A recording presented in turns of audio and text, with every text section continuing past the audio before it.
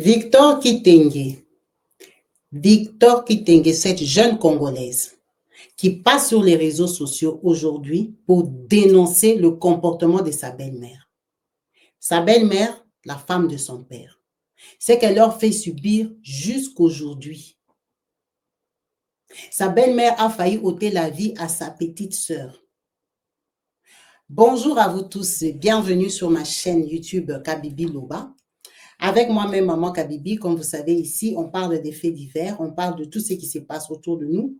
On échange, on commente dans le respect. Donc, n'hésitez pas à rejoindre la chaîne en vous abonnant et surtout à cliquer sur la cloche de notification pour être au courant des vidéos que je partage et surtout quand je suis en direct. Sans plus tarder, on va parler de ces sujets sensibles qui affectent encore une fois de plus la communauté, de cette jeune fille qui vient dénoncer le comportement des femmes africaines, le comportement des mamans congolaises, le comportement de sa belle-mère qui est en train de leur faire subir ici en France. On va l'écouter et on va commenter juste après.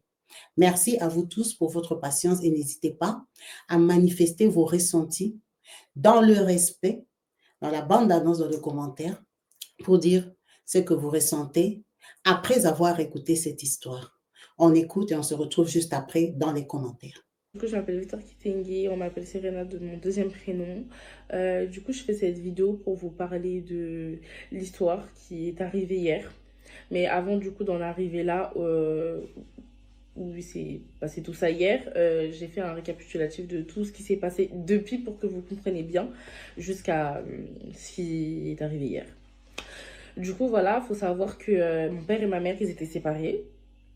Ils étaient séparés, etc.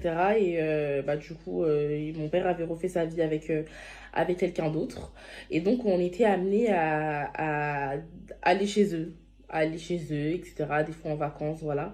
Il y a eu une histoire qui s'était passée avec ma grande sœur, du coup.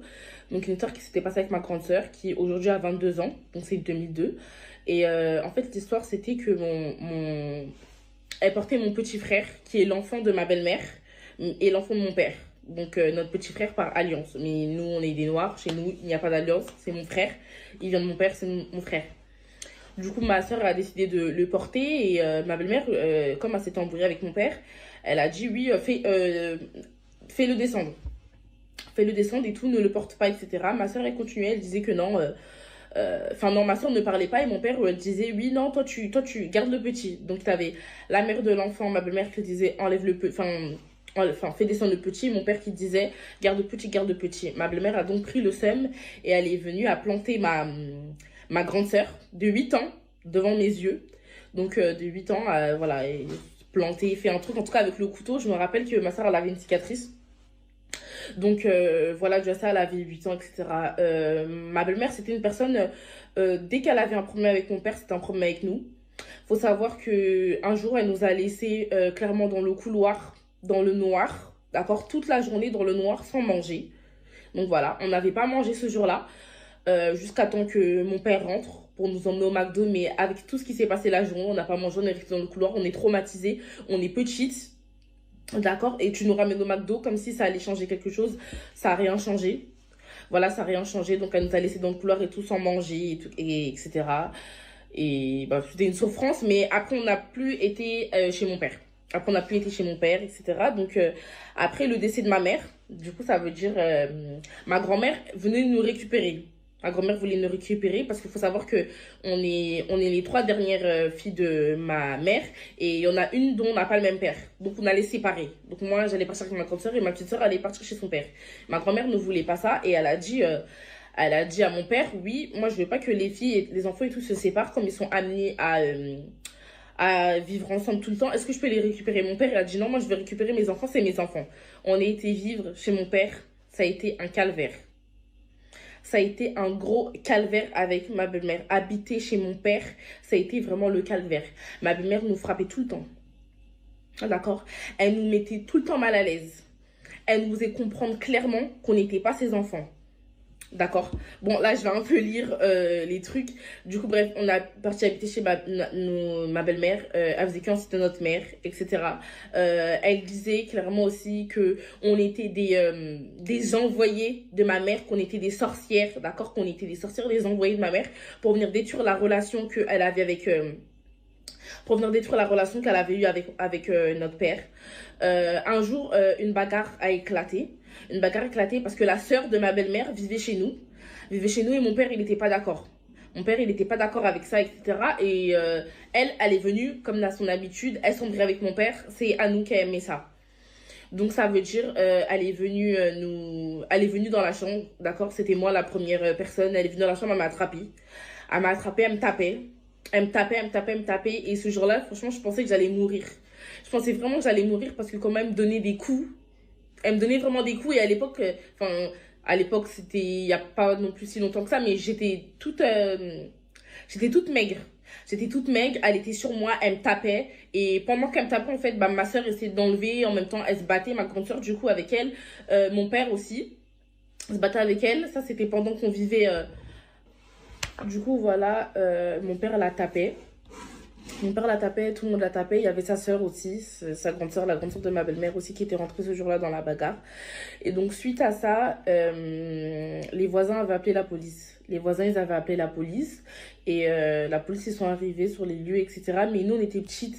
On était petites et on avait quand même peur de ma belle-mère à ce moment-là. On avait peur de ma belle-mère et on pensait beaucoup aussi à nos frères. À nos frères, à notre père. On voulait pas qu'ils aient des problèmes. Donc, on n'avait pas déposé plainte. On n'avait pas déposé plainte. Il y avait rien eu ce jour-là, juste bah on a dû partir bah, au commissariat, on est parti au commissariat, etc. Ils ont quand même demandé ce qui s'était passé, on a raconté et ce jour-là du coup on a été directement placé dans un foyer. Donc voilà, on a été directement placé dans un foyer et bon on est resté quoi une semaine au début, une semaine parce que bah, après mon père a fait une demande pour pouvoir nous récupérer. Voilà, il a fait une demande pour pouvoir nous récupérer, on est resté une semaine et ensuite on est reparti chez mon père et bah voilà, c'était la crainte, tout ça parce que bah on avait peur en fait, on avait peur, on savait très bien que on n'était pas aimé, on savait très bien qu'elle nous aimait pas, on savait très bien qu'elle avait la rage de nous suite à tout ce qu'elle disait sur ma mère, suite à chaque fois qu'elle avait des problèmes avec notre père, c'était nous, en fait c'était nous, on dirait que c'est comme si en fait bah elle a une rivale, cette rivale là c'était ma mère alors que ma mère la calculait même pas. D'accord, parce que c'est voilà, ma mère ne la calculait même pas et bah ces personnes-là maintenant, c'était nous, c'était devenu nous. Donc voilà, on est reparti. Il faut savoir que cette personne-là, ma belle-mère, c'est une très fausse personne, d'accord. Elle peut clairement vous retourner le cerveau. Elle peut clairement faire genre qu'elle veut une réconciliation, d'accord. Dites-vous, on a été amené plusieurs fois à lui demander pardon. Alors que c'est elle qui nous a fait tout ça. On était plusieurs fois on s'est rabaissé à elle alors que c'est elle qui nous a fait ça. Bref, ensuite du coup suite à ça quand on a été placé au foyer, notre famille elle a réagi. Ma soeur par exemple, j'ai mon autre grande soeur parce que on est 5. Mon autre grande soeur elle avait fait une vidéo. Voilà, elle avait fait une vidéo où elle avait posté sur Facebook et tout. Et donc bon ça avait fait des histoires aussi. Bon ma belle-mère elle était devenue un peu mal à l'aise, elle voulait que mon autre grande sœur et tout lui demande pardon de ce qu'elle avait fait.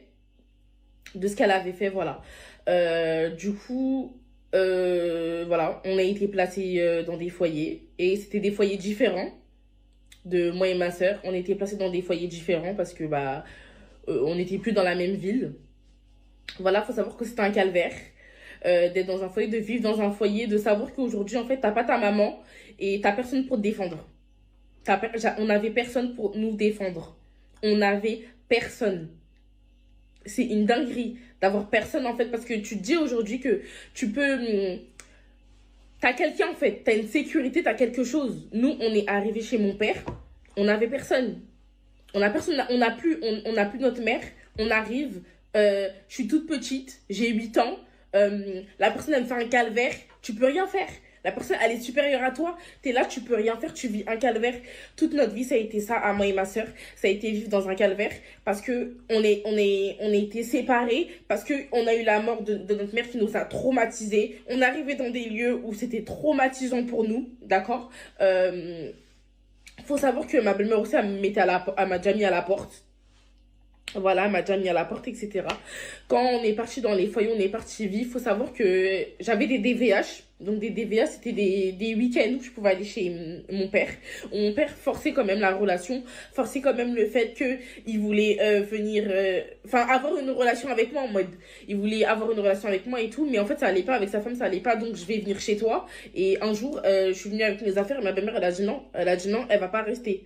Donc ce jour-là, j'ai appelé mes éducateurs de foyer et je leur ai dit, est-ce que vous pouvez venir me chercher parce que moi je veux pas rester là. Je veux pas rester là, je veux pas rester ici. Ma soeur aussi a grandi dans le foyer, etc. Faut savoir que tout le monde avait des histoires avec ma belle-mère. Tout le monde avait des histoires avec ma belle-mère parce que on commençait à grandir, on commençait à comprendre les choses et du coup on se laisse plus marcher dessus. On se laisse plus marcher dessus et on a des petits frères quand même du côté de mon père avec elle et du coup ça veut dire bah mon père il veut cette relation-là, il veut mélanger ses enfants, il veut faire des trucs, etc. avec ses enfants. Donc ça veut dire un jour, il avait ramené ma petite sœur chez ma sœur, du coup, qui est la 2002, voilà. Il avait ramené et tout, et ça fait des grosses histoires ce jour-là. Ma belle-mère a pété les plombs, ma belle-mère nous a menacés. Et il faut savoir qu'elle a une fille, d'accord, qui vient d'arriver en France, qui est arrivée en 2022, je crois, 2022-2021, en août, un truc comme ça. Elle est arrivée en 2022-2021 parce qu'elle vient du bled.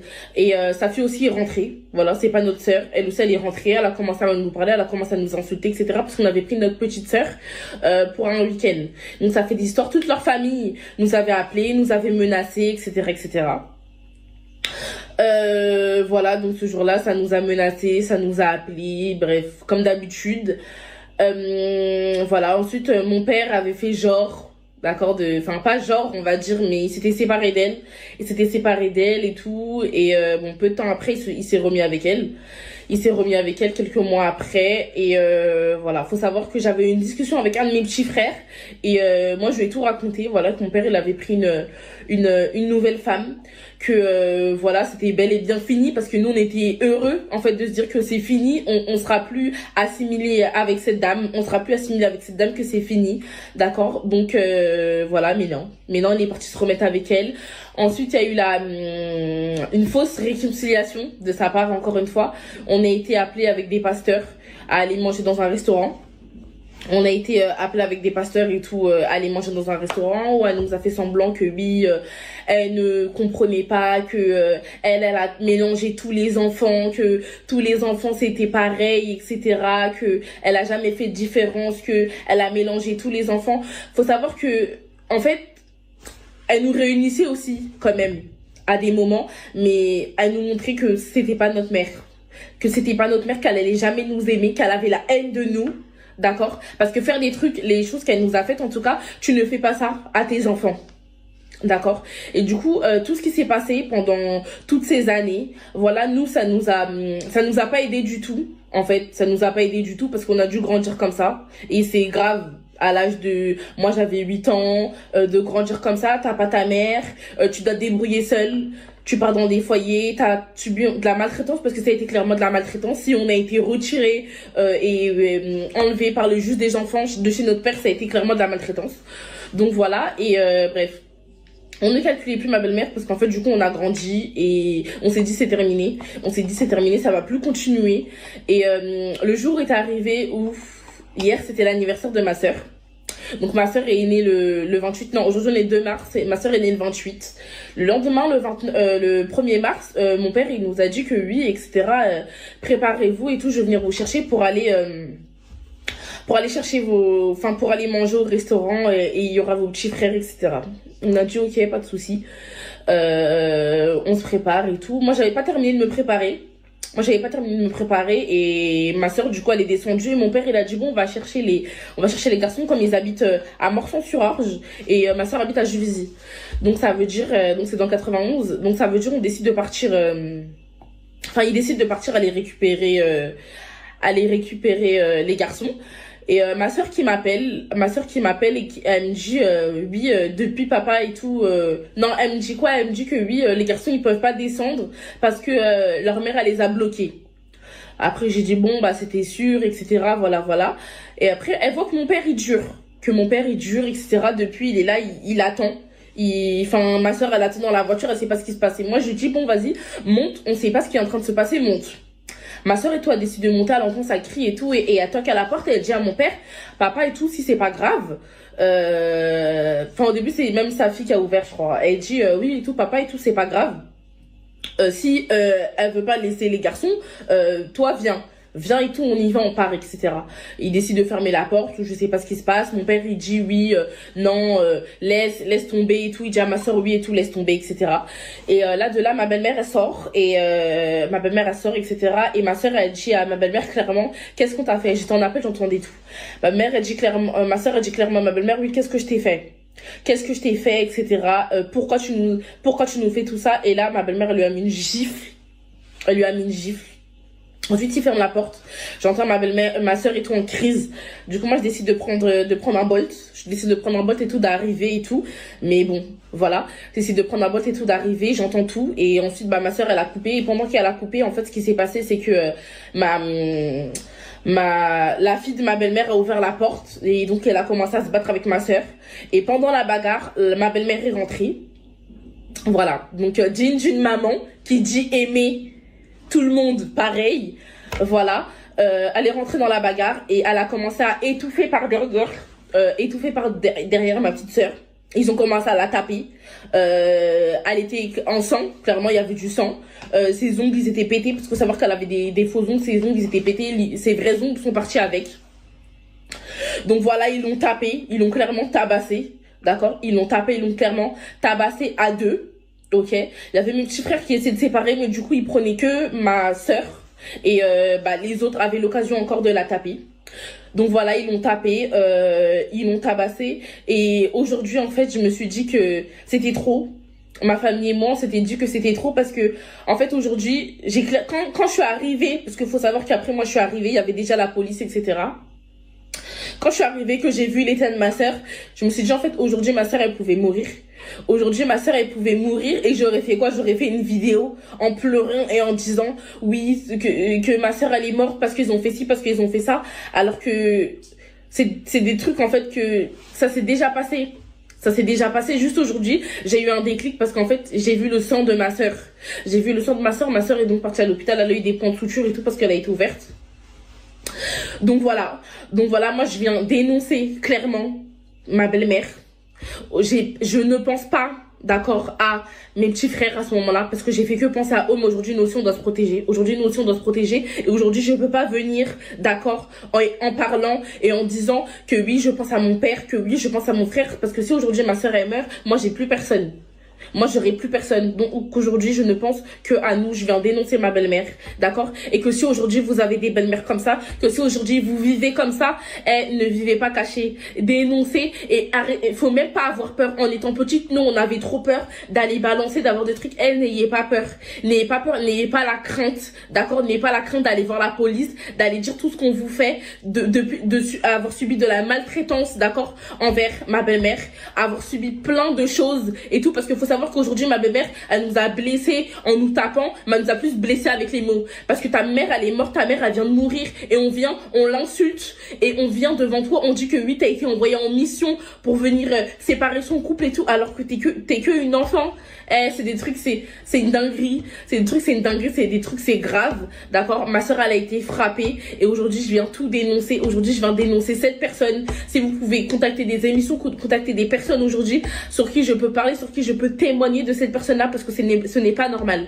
Ce n'est pas normal de vivre comme ça, ce n'est pas normal de vivre dans la maltraitance, d'accord, depuis petite, et que cette maltraitance-là continue, en fait. Parce qu'en fait, cette personne, j'ai l'impression qu'elle veut qu'on soit sous terre, d'accord, qu'elle veut qu'on meure, comme ça, c'est fini, elle a sa libération, elle a ce qu'elle veut, mais ça se passera pas comme ça, d'accord. Je pense juste à ma mère, d'où elle est, et je pense qu'elle doit pleurer bien comme il faut de voir ses enfants comme ça, de voir ses enfants dans cet état. Mais c'est pas grave, en tout cas tout ce qui se passe ça nous a endurci, ça m'endurcit. Je fais cette vidéo, je vais la publier partout, je vais la mettre partout, d'accord, que tout le monde voit cette vidéo, que tout le monde publie cette vidéo, que tout le monde partage la vidéo pour savoir tout ce que ma belle-mère elle nous fait, d'accord. Et ça sera pas fini, on va pas en rester là. Moi et ma soeur on va pas en rester là. En tout cas le sang qui a coulé c'est le sang de ma mère. D'accord, c'est le sang de ma mère et ma mère elle est plus là, c'est pas grave, on va se battre, on va affronter ce combat bien comme il faut, donc jusqu'à la fin. Bah, en fait, on commence à grandir. Et quand on commence à grandir, on commence à comprendre les choses et du coup, on se laisse plus marcher dessus. Waouh, waouh, waouh. Merci à vous tous d'avoir patienté et écouté cette histoire jusqu'à la fin. Alors, je ne sais pas, c'est quoi votre ressenti après avoir écouté cette jeune fille parler, cette jeune fille vide, cette jeune fille blessée, cette jeune fille abandonnée à elle-même. Ces enfants qui n'ont plus une mère, ces enfants qui sont livrés à leur propre sort, ces enfants qui sont placés. Si cette vidéo ne nous touche pas, nous laisse indifférents, c'est qu'il y a un souci. Nous sommes des femmes, nous sommes des mamans africaines. Nous venons d'Afrique, en Afrique où il y a eu plusieurs familles polygames, où nous avons grandi avec des cousins et des cousines, des tantes, comme on dit, des parasites de famille. La plupart de personnes ont grandi en groupe, en parcelle familiale. On se supportait. C'est quoi ce comportement qu'on a quand tu sais que tu viens aimer un homme qui a eu des enfants? Quand tu sais que tu viens aimer un homme qui vient de se séparer? Tu tombes amoureuse d'un homme qui a des enfants. C'est quoi ce cœur? C'est quoi ce comportement? C'est quoi ces réactions? Après, on devient femme seule, on commence à pleurer sur les réseaux sociaux, on cherche l'amour. Pourquoi traiter les enfants de l'autre comme ça? Quand tu vas aimer un homme qui te dit que j'ai des enfants, ça veut dire qu'avant toi, il y avait une femme. Avant toi, il avait une vie. Avant toi, il a déjà eu son premier amour d'avoir eu des enfants. Tes enfants, il va les aimer, mais il a déjà eu à aimer des enfants avant le tien. Tu es conscient, tu n'es pas mineur. Pourquoi traiter des êtres humains comme ça dans un pays développé? Dans un pays où tu sais qu'ils ont toutes les chances de s'en sortir demain. Dans un pays où tu sais qu'à 18 ans, ils n'auront plus besoin de toi ni de ta maison. C'est quoi ce cœur? Pourquoi vous acceptez des hommes quand vous savez qu'ils ont des enfants? Tu vas aimer un homme, il te dit qu'on m'a chassé là-bas. Toi, tu vas l'aimer. Tu sais très bien que dans ces pays développés, on fait garde partagée. Tu sais, non? Même si tu es arrivé hier, tu sais qu'en France ici, en Europe en général, on fait garde partagée. Quand tu dis oui, ça veut dire que tu dis oui à recevoir ces enfants-là. Comment toi tu veux accoucher pour un homme qui a des enfants et que tu veux qu'il craque que tes enfants, qu'il les aime de tout son cœur parce qu'il a quitté une femme, donc il doit haïr ses enfants? C'est de la méchanceté, c'est de la sorcellerie. Et toutes ces femmes-là, ce sont des femmes qui remplissent les églises, qui entrent dans les directs de minuit, sans cœur, sans état d'âme. Pourquoi ramener la médiocrité en Europe? Pourquoi traiter les enfants de l'autre comme ça? Parce que vous voulez toujours être dans les... Ils ont sorciers, ils ont fait comme ça, ils ont fait comme ça. C'est quoi le problème en fait? Si tu n'aimes pas les enfants des gens, il ne faut pas aimer un homme qui a un passé. Il ne faut pas aimer un homme qui a eu des enfants. Parce que toi, tu ne vas pas les aimer, tu ne vas pas les supporter. Tu vas aimer un homme qui vient de se séparer d'une femme, il a des enfants à bas âge. Dans un pays comme celui-là, tu sais que la femme là voudra la pension, la femme là voudra faire garde partagée pour qu'elle se cherche, qu'elle se libère, qu'elle trouve aussi l'amour. La femme là voudra lui donner les enfants pour l'emmerder, pour le déranger. La femme là va lui donner les enfants parce qu'il aime aussi ses enfants. Mais toi, tu n'aimes pas les enfants des gens. Pourquoi tu dis oui? Pourquoi tu t'engages pour venir démontrer ta sorcellerie, ton mauvais cœur? Comment les gens peuvent faire ça? Après, vos enfants sont maudits.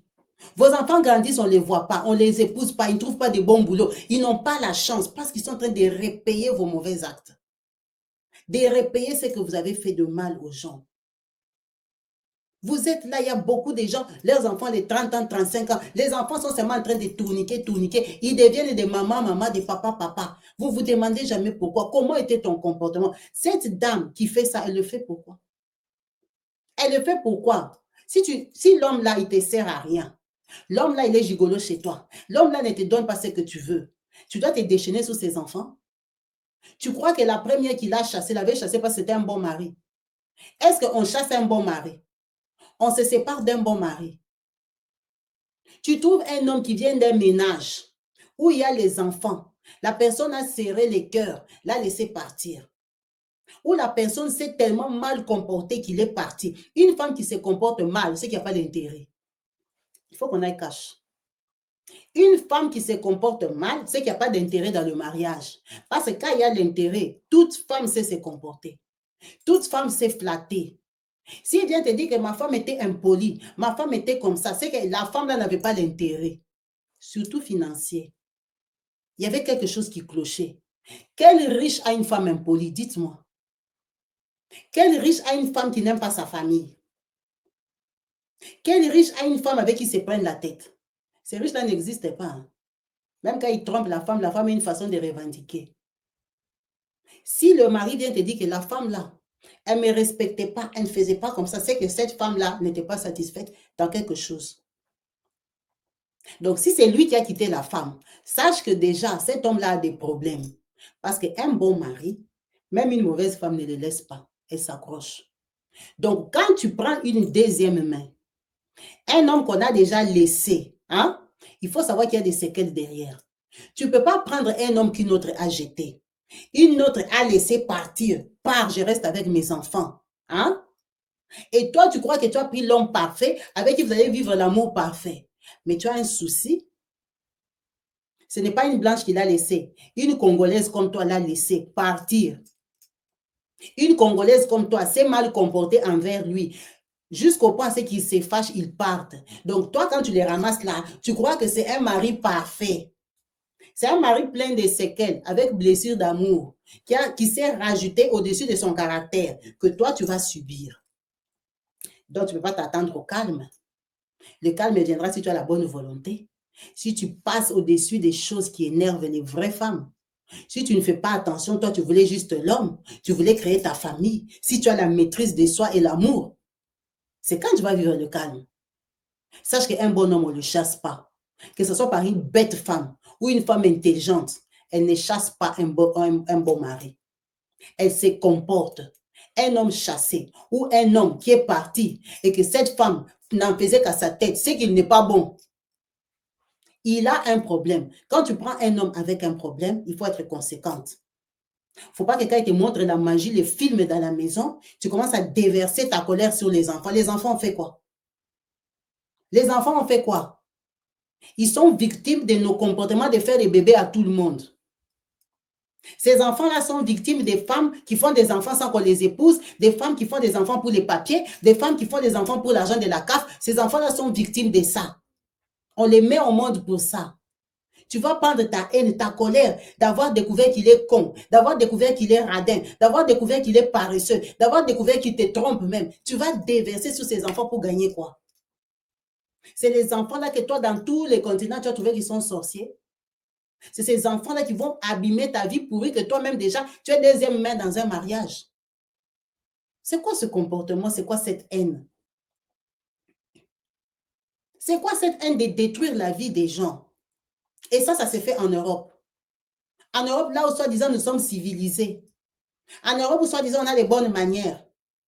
En Europe où soi-disant on a fui l'Afrique parce que l'Afrique est compliquée. On ramène les comportements médiocres. Là, on parle d'une femme qui est en Europe, qui fait ça à des enfants en Europe. La violence a déjà résolu quoi? La violence tapée là, ça a déjà résolu quoi? Qui a été dressé parce qu'on l'a tapé? Ou il a été dressé parce qu'il a décidé d'échanger? Quand tu attrapes les enfants que toi tu ne vis pas avec, que tu n'éduques pas, par occasion tu les as, tu les tapes, tu as dressé quoi? Ou tu suscites la haine. Voyez comment vous bloquez vos enfants. Après demain, vous irez, j'ai détaché, j'envoie les faits, mes enfants sont bloqués. Ils ne seront pas bloqués comment? Tu as la haine. Tu as le mauvais cœur. Tu as le mauvais cœur. Des femmes de malchance, des femmes méchantes. Des femmes qui détestent les enfants des autres pour des hommes. Des hommes qui ne font même rien de grave pour vous. Un homme qu'elle-même, elle insulte. Un homme qu'elle-même avec elle se prend la tête. Elle va taper ses enfants pour gagner, pour arranger quoi? C'est pour arranger comme quoi. L'homme là déjà, il se dispute et deux. L'enfant dit quand ils étaient partis là-bas, qu'elle disait que laisse mon bébé. Elle s'était disputée avec leur papa. Et ils ne savent pas de quoi vous vous battez. Vous vous disputez pourquoi il ne donne pas l'argent, il paye rien, il habite chez toi, il profite. Maintenant, tu prends ta colère, tu veux déverser sur ses enfants. Quand tu l'aimais, tu ne savais pas qu'il allait faire garde et partager et qu'il n'a pas l'argent. Tu ne savais pas que lui ne travaille pas. Tu ne savais pas qu'il ne va rien te donner. Ou vous acceptez le mari parce que vous êtes désespéré. Tu vas aller déverser la haine sur les enfants d'autrui parce que ça va changer quoi dans ton couple? Si le mari est mauvais, il est mauvais. Ce n'est pas ses enfants qui vont le changer. Ce n'est pas ses enfants qui vont lui dire, papa devient un homme bien envers cette femme. Des enfants qui viennent en week-end, des enfants qui viennent en garde partagée, c'est des enfants à taper. Et le cœur de la femme est mauvais et méchant.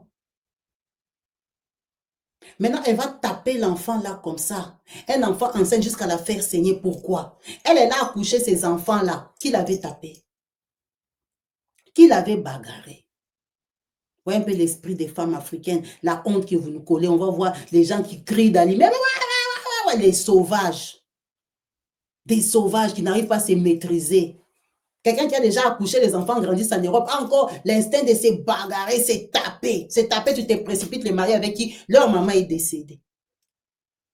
Tu te précipites les marier avec qui? Un mari qui te rend heureux, on ne se bat pas pour lui. Parce que quand tu es dans le bonheur, tu n'as pas de problème, tu n'as pas le temps de colère. Tu es que dans le bonheur. Ce sont des femmes poisseuses, des femmes qui ont la malchance. Allez taper les enfants, parce que les enfants, l'autre va sur Facebook, l'autre va sur TikTok. C'est les dénonciations. C'est quoi? C'est quoi? Ça fait pitié. Les gens te connaissent avec ton mari, les gens connaissent les enfants de ton mari, on les voit sur les réseaux sociaux et tu as le courage de continuer la vie. Ouais, le désespoir de ça. La méchanceté gratuite. Ça fait mal et ça fait honte quand on voit les enfants venir dénoncer comme ça. Maintenant, les enfants là sont placés au foyer. Toi, tu as gagné quoi? Tu es devenu riche ou on t'aime plus? Il est devenu riche. Hein? Il t'a acheté l'immeuble. Tu es devenu propriétaire en France. Vous vous battez même pourquoi? Médiocrité. Médiocrité. Maintenant, les enfants sont placés. Pendant qu'ils ont un papa vivant, les enfants sont placés. En tout cas, on ne sait même pas si on doit dire que Dieu vous fasse grâce. Non, on ne doit pas dire ça. Que Dieu intervienne. Parce que ça, c'est de la méchanceté gratuite. Tu te bats avec des enfants d'une personne décédée. Est-ce que si leur maman était vivante, tu allais les taper? Ou quand tu allais les taper, l'affaire allait finir comme ça? Ils allaient venir pleurer sur les réseaux sociaux parce qu'ils n'ont personne. Toi, tu es éternel. Tu connais le lendemain de tes enfants. Même ton propre lendemain, tu les connais. Mais les gens, ils sont incroyables. Les gens, ils sont fous. Les gens, ils rêvent. Tout se paie ici-bas. Tout se paie ici-bas. Ça, c'est quel mauvais cœur. Tu n'aimes pas les enfants. Il ne faut pas aimer un homme qui a des enfants. C'est simple. Tu t'es marié à l'âge tardif. Tu t'es marié à 40 ans, à 30 ans, à la fin de carrière. Tu peux pas aimer un homme qui a déjà un passé. Tu veux nettoyer le passé par quoi? Tu veux nettoyer le passé par quoi? On s'est marié quand on a 22, 23 ans, on est marié à 27 ans, il n'y a pas d'enfant dehors. Vous allez épouser les hommes, vous êtes en fin de carrière, et maintenant vous voulez vous comporter comme des femmes fraîches qu'on a épousées dans l'enfance, et je ne veux pas, tu ne veux pas que quoi? L'homme, il n'est pas seul. Vous, quand vous épousez avec vos enfants, vous voulez qu'on aime vos enfants. Quand l'homme a les enfants, ça devient la guerre. Que l'homme là tape ses enfants à elle. Qu'il ose seulement taper ses enfants à elle si elle ne va pas appeler la police. Pourquoi taper les enfants de l'autre jusqu'à faire saigner? Quelqu'un qui a accouché peut taper une autre petite fille enceinte jusqu'à la faire saigner. Franchement, ça m'a retourné le cœur. Si les gens s'est levés des tombes, si les gens pouvaient sortir de la tombe, la maman des enfants venait seulement t'envahir. Tu tournes dans la maison, tu la vois. Tu tournes comme ça, tu la vois. C'est quoi ce mauvais cœur? C'est quoi ça? Ces enfants-là, ils vont grandir demain. Tu crois qu'elles vont rester petites comme ça? Demain, ça sera des femmes. Et toi, tu seras quoi? Une vieille peau, fatiguée, qui n'aura plus rien à dire. Est-ce que la vie ne vous enseigne pas? Les gens qui sont ici, vous connaissez leur passé. Ce qu'ils ont subi dans le passé aujourd'hui, quand vous les regardez, quand ils vous racontent, les gens qui leur ont fait subir ça, ils sont devenus quoi? Qui a déjà fait tant de mal et a eu une belle fin? Pourquoi vous bloquez vos enfants comme ça? Après, ils vont remplir les églises, déranger les pasteurs, je vois les serpents, je vois les corbeaux. Quand vous êtes en train d'abîmer l'avenir de vos enfants, là, vous n'êtes pas conscient. Là, quand elle tape là, elle croit qu'elle protège ses enfants. Oui, physiquement, oui. Mais la destinée, elle ne protège pas. Elle ne protège pas parce que si même nous, les gens du dehors, on peut être scandalisés, à combien plus forte raison Dieu qui est le créateur. Tu ne protèges pas tes propres enfants, tu es en train de bloquer leur avenir. Parce que eux, ce sont des orphelins.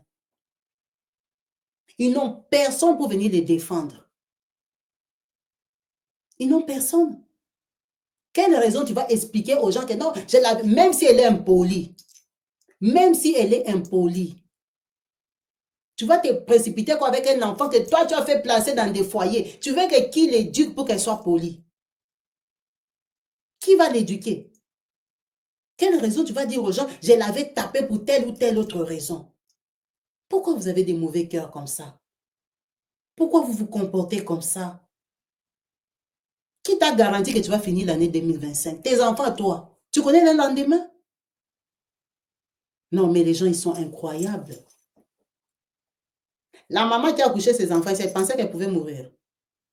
Elle pensait ça. Si elle savait qu'elle n'avait pas accouché pour laisser des petites orphelines comme ça, avec un mari qui est déjà parti, elle ne savait pas.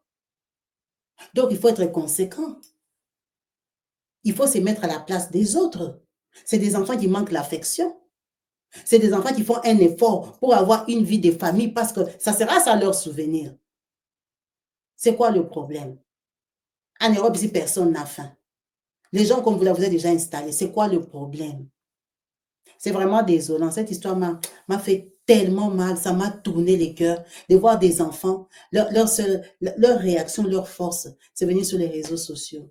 Tellement ils ont personne. Mes sœurs, arrêtez de faire des enfants et des hommes que vous n'êtes pas sûrs. Les hommes que vous savez qu'il va te laisser. Arrêtez de faire des gardes partagés avec des irresponsables. Arrêtez de faire des gardes partagés avec des gens qui ont épousé des connes. Des gens qui ont épousé des femmes inutiles, des femmes insensées. Si tu vois ton gars est parti, il est parti épouser une tête brûlée, épouser quelqu'un qui n'a pas de sens. Ce n'est pas à cause de 100 €, des 200 € que tu vas prendre tes enfants, tu vas livrer. Vous traumatisez les enfants. Si vous vous êtes séparés, prends ta responsabilité de mère, garde tes enfants. Ce n'est pas parce que tu te donnes 150 € de pension qui va comme ça porter tes enfants, aller les traumatiser pour toi. On les tapait, on les laissait au couloir toute la journée. En Europe, parce qu'elle devait faire garde partagée. On ne fait pas garde partagée avec tout le monde. Hein. Protégez vos enfants. Dénoncez ces hommes-là à la police. Dénoncez ces femmes-là. Allez dire que les enfants sont maltraités là-bas. Je ne veux plus qu'ils aillent là-bas. Les enfants d'Europe parlent. S'ils ont le courage de parler sur les réseaux aujourd'hui, ça veut dire qu'ils parlaient depuis qu'ils étaient petits. Les enfants d'Europe s'expriment.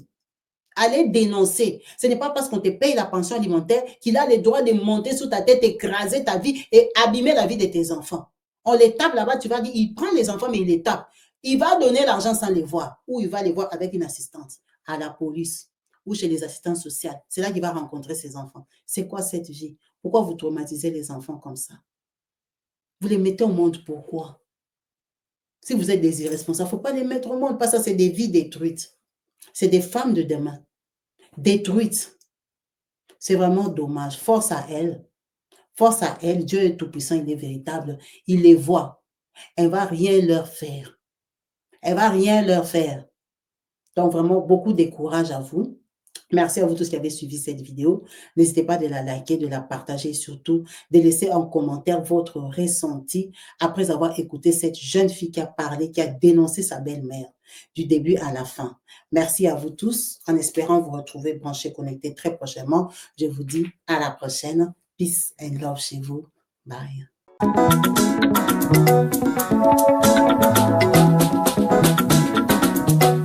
Partout dans le monde, sans exception, abonnez-vous sur la chaîne YouTube Kabibi Show TV. L'information en temps réel, temps réel. Allez. Oh, partout dans le monde, Bibalete, Kakamoko, c'est Kabibi Show TV. Allez, s'abonner, s'abonner, abonnez-vous massivement, s'abonner. S'abonner, abonnez-vous massivement. S'abonner, s'abonner, abonnez-vous. Oh Maman Kabibi, moi si ya mayele. Maman Kabibi, Maman Yama Solo. Maman Kabibi, la chaîne est actuelle. Maman Kabibi. l'information dans la source. Oh, en temps réel, on parle de la réalité, de nos vies et nos parcours que nous traversons. Chez Maman Kabibi, nous recevons des conseils, des avis, des qualités. Dans la team Kabibi Show, la team de qualité, c'est la team d'exception. Oh Maman Kabibi, Maman africaine, Maman Kabibi, Bendele Amboka, chez Maman Kabibi, moi si Kitoko, Maman Kabibi, la sagesse, la différence, elle nous parle des histoires réelles, l'histoire vécue, remplie des émotions, avec éloquence classe, la maman de la francophonie, Maman Kabibi, Kabibi Show, TV, Maman Kabibi, Maman ya Bana, Maman Kabibi, Maman ya Boboto, Maman Kabibi, Kabibi Show, Kabibi wetwe. La team Kabibi Show TV, Bendele ya Mboka, Topesi Olongonia. Kabibi Show, abonnez-vous massivement. Abonnez-vous massivement. Abonnez-vous massivement. Topanza sango ya Kabibi Show TV. Toyoki na matoi tomoni na miso tondimi. Tobeteli oma oko. La team Kabibi Show. Kabibi Show. Kabibi Show. Abonnez-vous massivement. Abonnez-vous massivement. Abonnez-vous massivement.